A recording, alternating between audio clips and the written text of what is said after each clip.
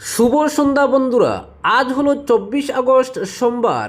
আজকের সন্ধ্যার বিশেষ বিশেষ খবর হলো রাজ্য শিক্ষা বিভাগ স্কুল পরিচালন কমিটি অর্থাৎ এসএমসি গঠনের নতুন বিজ্ঞপ্তি জারি করতে বিভিন্ন শিক্ষা প্রতিষ্ঠানের অনিয়ম প্রকাশ্যে আসছে। এরই মধ্যে দক্ষিণ হাইলাকান্দির জামিরা হাই স্কুল বিতে বড়সড় আর্থিক দুর্নীতির অভিযোগ সামনে এসেছে। এই দুর্নীতির অভিযোগ করেছেন স্কুল পরিচালন কমিটির বিদায়ী সভাপতি ফখর উদ্দিন লস্কর।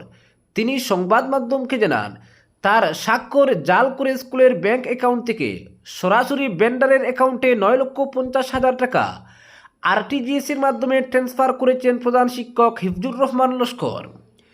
তিনি আরও জানান, স্কুলের একটি নতুন ভবন নির্মাণের জন্য সরকারি তহবিল থেকে মোট 18 লক্ষ টাকা বরাদ্দ হয়েছিল। ভবন নির্মাণ চলাকালীন সভাপতির অজান্তে ও বৈধ স্বাক্ষর ছাড়াই ব্যাংক থেকে ওই অর্থ স্থানান্তর করা হয়। পরে কাজের অগ্রগতি নিয়ে সন্দেহ হওয়ায় পরিচালন কমিটির সভায় হিসাব তলব করা হলে প্রধান শিক্ষক স্বীকার করেন যে তিনি সভাপতির স্বাক্ষর জাল করে ভেন্ডারকে টাকা পরিশোধ করেছেন এবং ভুল স্বীকার করে ক্ষমা চান। তবে নতুন কমিটি গঠন প্রক্রিয়া শুরু হতেই ঘটনা ভিন্ন মোড় নিয়েছে। অভিযোগ উঠেছে অনিয়মের প্রতিবাদ করায় এবং নবম শ্রেণীর শিক্ষার্থীদের কাছ থেকে রেজিস্ট্রেশন বাবদ আদায় করা অতিরিক্ত ফিজ ফেরত দেওয়ার চাপ সৃষ্টি করায় স্কুলের একাংশ শিক্ষক সভাপতির বিরুদ্ধে অপপ্রচারে নেমেছেন। এমনকি রাতের অন্ধকারে অভিভাবকদের বাড়ি বাড়ি গিয়ে বিভ্রান্তি চড়ানো হচ্ছে বলেও অভিযোগ করেছেন বিদায়ী সভাপতি। শিক্ষকতার মতো মহান পেশায় থেকে উচ্চ বেতনভোগী শিক্ষকের এভাবে আর্থিক অনিয়মে জড়িয়ে পড়ার ঘটনায় এলাকায় তীব্র ক্ষোভের সৃষ্টি হয়েছে। মিড ডে মিলের বরাদ্দেও একইভাবে স্বাক্ষর জাল করে অর্থ নয়সই হয়েছে বলে আশঙ্কা প্রকাশ করেছেন তিনি। এই দুর্নীতির তদন্ত করে দোষীদের দৃষ্টান্তমূলক শাস্তির দাবিতে খুব শীঘ্রই আইনের দ্বারস্থ হবেন বলে জানিয়েছেন বিদায়ী সভাপতি। পরবর্তী খবরটি হলো, কাঠিগড়া থানার অন্তর্গত চেরাগি বাজার থেকে এক যুবক রহস্যজনকভাবে নিখোঁজ হওয়ার ঘটনায় পুরো এলাকায় চাঞ্চল্য দেখা দিয়েছে। নিখোঁজ যুবকের নাম 30 বছর বয়সের প্রদীপ মালাকার। ত্রিপুরার ধর্মনগর থানার 3 নম্বর ওয়ার্ডের মায়া বেকারি এলাকার বাসিন্দা প্রদীপ মালাকার। জানা গেছে, প্রায় 2 মাস ধরে প্রদীপ মালাকার কাজের সূত্রে কাঠিগড়া থানাধীন চেরাগি বাজার এলাকার একটি ভাড়া বাড়িতে থাকতেন। পরিবারের সদস্যদের দেওয়া তথ্য অনুযায়ী গত 21 আগস্ট ভোর প্রায় 5টা থেকে প্রদীপ মালাকারকে আর খুঁজে পাওয়া যাচ্ছে না। আত্মীয় স্বজন সহ বিভিন্ন জায়গায় খোঁজাখুঁজি করেও তার কোনো সন্ধান না পাওয়ায় অবশেষে পরিবারের পক্ষ থেকে কাঠিগড়া থানায় নিখোঁজ সংক্রান্ত এক এজাহার দায়ের করা হয়েছে। নিখোঁজ প্রদীপ মালাকারের স্ত্রী ববিতা দর তার স্বামী প্রদীপ মালাকারকে খুঁজে পেতে পুলিশ ও সাধারণ মানুষের সহযোগিতা কামনা করেছেন। কোনো ব্যক্তি তার সন্ধান পেলে দ্রুত 9181540591 নম্বরে যোগাযোগ করার জন্য তার স্ত্রী ববিতা দর আর্জি জানিয়েছেন। প্রদীপের সন্ধানে পরিবার উদ্বিগ্ন হয়ে পড়েছে। তার অবস্থান সম্পর্কে কোনো তথ্য পাওয়া গেলে নিকটবর্তী থানায় জানানোর পাশাপাশি পরিবারের সঙ্গে যোগাযোগ করার আবেদন জানানো হয়েছে। পরবর্তী খবরটি হলো, সরকারি বাসে মহিলাদের বিনামূল্যে সফর, রাখির দিনে উপহার যোগীর। রাখি পূর্ণিমার আগে মহিলাদের বড় উপহার উত্তরপ্রদেশের মুখ্যমন্ত্রী যোগী আদিত্যনাথের। উৎসব উপলক্ষে সরকারি বাসে বিনামূল্যে সফরের সুযোগ পাবেন মহিলারা। শুধু তাই নয়, মহিলা যাত্রীর সঙ্গে থাকা সঙ্গীরও কোনো ভাড়া লাগবে না।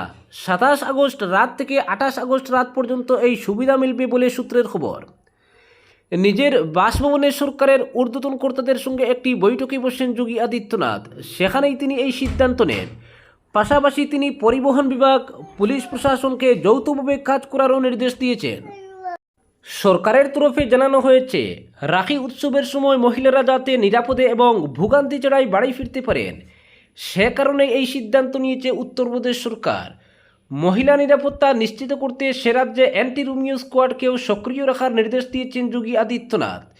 একই সঙ্গে গুরুত্বপূর্ণ রাস্তাগুলিতে যান চলাচল ব্যবস্থা আরও উন্নত করার বিষয়ে জোর দিয়েছেন।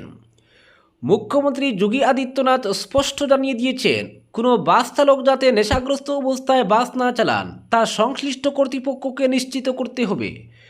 অন্যদিকে বেসরকারি বাস চালকদের তথ্য যাচাইয়ের নির্দেশ দিয়েছেন যোগী আদিত্যনাথ। তিনি বলেন, অটোরিকশা ও ট্যাক্সি চালকদের তথ্য যাচাইয়ের পাশাপাশি মহিলা যাত্রীদের নিরাপত্তা নিশ্চিত করতে প্রয়োজনীয় পদক্ষেপ করতে হবে। রাখি বন্ধন উৎসবে নিরাপদ ও নির্বিঘ্ন সফর নিশ্চিত করতে পরিবহন দপ্তর ও পুলিশকে সমন্বয় বজায় রেখে কাজ করতে হবে। পরবর্তী খবরটি হলো রাতাবাড়ি পাথারকান্দিতে রাবার ব্যবসায়ীদের একাধিক গুদামে জিএসটি হানা, চাঞ্চল্য এলাকায়। রাতাবাড়ি ও পাথারকান্দি এলাকায় রাবার ব্যবসায়ীদের একাধিক গুদাম ও প্রতিষ্ঠানে পণ্য ও পরিষেবা কর অর্থাৎ জিএসটি বিভাগের ধারাবাহিক তল্লাশিকে ঘিরে চাঞ্চল্যের সৃষ্টি হয়েছে। রবিবার গুয়াহাটি থেকে আসা জিএসটি বিভাগের আধিকারিকদের একটি দল এই অভিযান চালায়। রবিবার সন্ধ্যার পর রাতাবাড়ি থানা সংলগ্ন কাজিরবাজার এলাকার একটি রাবার ব্যবসায়িক প্রতিষ্ঠানে তল্লাশি শুরু হয়। এর আগে রাতাবাড়ি ও পাথারকান্দি এলাকার আরও কয়েকটি রাবার ব্যবসায়িক প্রতিষ্ঠান ও গুদামে অভিযান চালানো হয়েছে বলে জানা গেছে। স্থানীয় সূত্রের খবর, সাগিখাউরি এলাকার সেইফওয়ে নামের একটি রাবার ব্যবসায়িক প্রতিষ্ঠানেও তল্লাশি চালানো হয়েছে। অভিযান চলাকালীন জিএসটি আধিকারিকরা সংশ্লিষ্ট প্রতিষ্ঠানগুলির ব্যবসায়িক নথিপত্র, হিসাব নিকাশ ও অন্যান্য কাগজপত্র খতিয়ে দেখছেন বলে জানা গেছে। তবে অভিযানের সুনির্দিষ্ট কারণ, কী ধরনের নথি পরীক্ষা করা হচ্ছে কিংবা কোনো অনিয়মের প্রমাণ বা গুরুত্বপূর্ণ নথি উদ্ধার হয়েছে কিনা সে বিষয়ে এখনও জিএসটি বিভাগের পক্ষ থেকে বিস্তারিত কিছু জানানো হয়নি। সম্ভাব্য কর ফাঁকি বা হিসাব নিকাশে অসঙ্গতির অভিযোগের ভিত্তিতে অভিযান হয়ে থাকতে পারে বলে স্থানীয় মহলে জল্পনা চলছে, যদিও সরকারি তরফে এ বিষয়ে কোনো আনুষ্ঠানিক মন্তব্য করা হয়নি। অভিযানকে কেন্দ্র করে এলাকায় নিরাপত্তা জোরদার করা হয়েছে। রামকৃষ্ণনগরের সিডিএসপি আনসুল শর্মা ও রাতাবাড়ি থানার ওসি চিত্তরঞ্জন বোরার নেতৃত্বে পুলিশ ও সিআরপিএফ বাহিনী মোতায়েন রয়েছে। এদিকে তল্লাশির খবর ছড়িয়ে পড়ার পর একাধিক রাবার ব্যবসায়িক প্রতিষ্ঠান বন্ধ করে দিতে দেখা যায়। ঘটনায় ব্যবসায়ীদের মধ্যে উদ্বেগের পাশাপাশি এলাকায় কৌতূহল তৈরি হয়েছে। অভিযান শেষে জিএসটি বিভাগের পক্ষ থেকে কী তথ্য প্রকাশ করা হয়, এখন সেদিকেই নজর সকলের। পরবর্তী খবরটি হলো আসাম ও মেঘালয়ের মধ্যে তৈরি হওয়া উত্তেজনাপূর্ণ পরিস্থিতি এবং মেঘালয়ে চলতে থাকা পথ অবরোধ নিয়ে খানাপাড়ায় পরিবহন সংগঠনগুলির সঙ্গে বৈঠক করলেন সীমান্ত উন্নয়ন মন্ত্রী অতুল বোরা। বৈঠকের পর তিনি জানান, মেঘালয়ে যান চলাচল সম্পূর্ণ স্বাভাবিক হতে আরও 2-1 দিন সময় লাগতে পারে। তবে পথ অবরোধ প্রত্যাহার এবং চালক, যাত্রী ও পর্যটকদের নিরাপত্তা নিশ্চিত করতে দুই রাজ্যের সরকার নিয়মিত যোগাযোগ রেখে চলেছে। মুখ্যমন্ত্রী হিমন্ত বিশ্ব শর্মার নির্দেশে খানাপাড়ায় মোটর পরিবহন সম্মিলিত মঞ্চ সহ প্রায় 14টি পরিবহন সংগঠনের প্রতিনিধিদের সঙ্গে বৈঠকে বসেন মন্ত্রী অতুল। সেখানে উপস্থিত ছিলেন গুয়াহাটি মহানগর পুলিশের কমিশনার পার্থসারথী মহন্ত, পরিবহন কমিশনার মানবেন্দ্র প্রতাপ সিং এবং কামরূপ মহানগর জেলার পরিবহন আধিকারিক হিমাংশু দাস।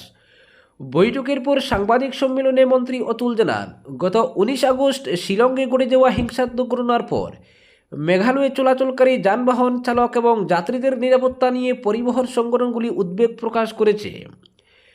মেঘালয়ের বিভিন্ন এলাকায় প্রতিবাদকারীদের পথ অবরোধ অব্যাহত থাকার বিষয়টিও মন্ত্রীর নজরে আনেন সংগঠনগুলির প্রতিনিধিরা। পরবর্তী খবরটি হলো 4 মাসের মধ্যে গগনযানে প্রথম মানববিহীন মিশন, বলল ইসরো। ভারতীয় মহাকাশ গবেষণা সংস্থা অর্থাৎ ইসরোর ঝুলিতে যুক্ত হতে চলেছে আরও এক অভিজ্ঞতা। আগামী 4 মাসের মধ্যেই মহাকাশে পাড়ি দেবে দেশের বহু প্রতীক্ষিত গগনযান। অভিযানের প্রথম চালকহীন টেস্ট রকেট চলতি অর্থবছরেই 8টি রকেট মিশন এবং 12টি স্যাটেলাইট মহাকাশে পাঠানোর এক বড় পরিকল্পনা বাস্তবায়িত করতে চলেছে ইসরো।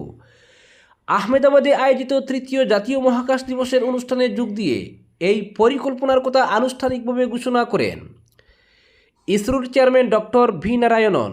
তিনি বলেন, দেশের প্রথম মানব মহাকাশ যাত্রা বা হিউম্যান স্পেস ফ্লাইট প্রোগ্রামকে সফল করতে গত কয়েক বছর ধরে দিনরাত এক করে কাজ করছেন দেশের বিজ্ঞানী ও গবেষকরা। ডক্টর নারায়ণন আরও জানান, মহাকাশচারীদের সুরক্ষিতভাবে পাঠাতে ও ফিরিয়ে আনতে ইতিমধ্যেই গগনযান মিশনের প্রায় 8,000 ছোট বড় পরীক্ষা সম্পন্ন করা হয়েছে। আমরা একদম চূড়ান্ত ধাপে পৌঁছে গিয়েছি। মানববাহী মিশন চালু করার আগে অন্তত 3টি চালকহীন মিশন সম্পন্ন করা হবে, যোগ করেন নারায়ণন। প্রথম চালকহীন মিশনটির মূল উদ্দেশ্য তুলে ধরে তিনি জানান, মহাকাশচারী ছাড়া একটি হিউম্যান রেটেড রকেট ও ক্রু মডিউলকে শূন্যে পাঠিয়ে পরীক্ষা করা যে সেটি জীবনদায়ী পরিবেশ, স্বয়ংক্রিয় মুড এবং পৃথিবীতে ফিরে আসার সব সুরক্ষা শর্ত ঠিকভাবে পূরণ করতে পারছে কিনা। ডক্টর নারায়ণন বলেন, এই কয়েক মাসে 12টি নতুন উপগ্রহ বা স্যাটেলাইট তৈরি করার পাশাপাশি মোট 8টি লঞ্চ ভেহিকেল বা রকেট মহাকাশে পাঠানো হবে। এই মিশনগুলোর মাধ্যমে যোগাযোগ ব্যবস্থা, নেভিগেশন, পৃথিবীর আবহাওয়া পর্যবেক্ষণ ও মহাকাশ গবেষণার জুলিতে বিপুল তথ্য যোগ হবে। তবে পরপর দুটি উড়ানে ব্যর্থতার পর পোলার স্যাটেলাইট লঞ্চ ভেহিকেল বা পিএসএলভি রকেটের উড়ান আপাতত সরকারি নির্দেশে স্থগিত রয়েছে এবং বেশ কিছু গ্রাউন্ড টেস্ট চলছে। ইসরো প্রধানের কথায় ভারতের মহাকাশ চাহিদার ব্যাপক বৃদ্ধি পেয়েছে। গত 64 বছরে ভারত মাত্র 56টি স্পেস অ্যাসেট তৈরি করতে পারলেও আগামী 5 বছরের মধ্যে দেশের অন্তত 200 থেকে 300টি নতুন স্যাটেলাইট প্রয়োজন। আর এই বিশাল লক্ষ্য শুধু সরকারি উদ্যোগে সম্ভব নয়, এর জন্য প্রয়োজন বেসরকারি ক্ষেত্রের সক্রিয় অংশগ্রহণ।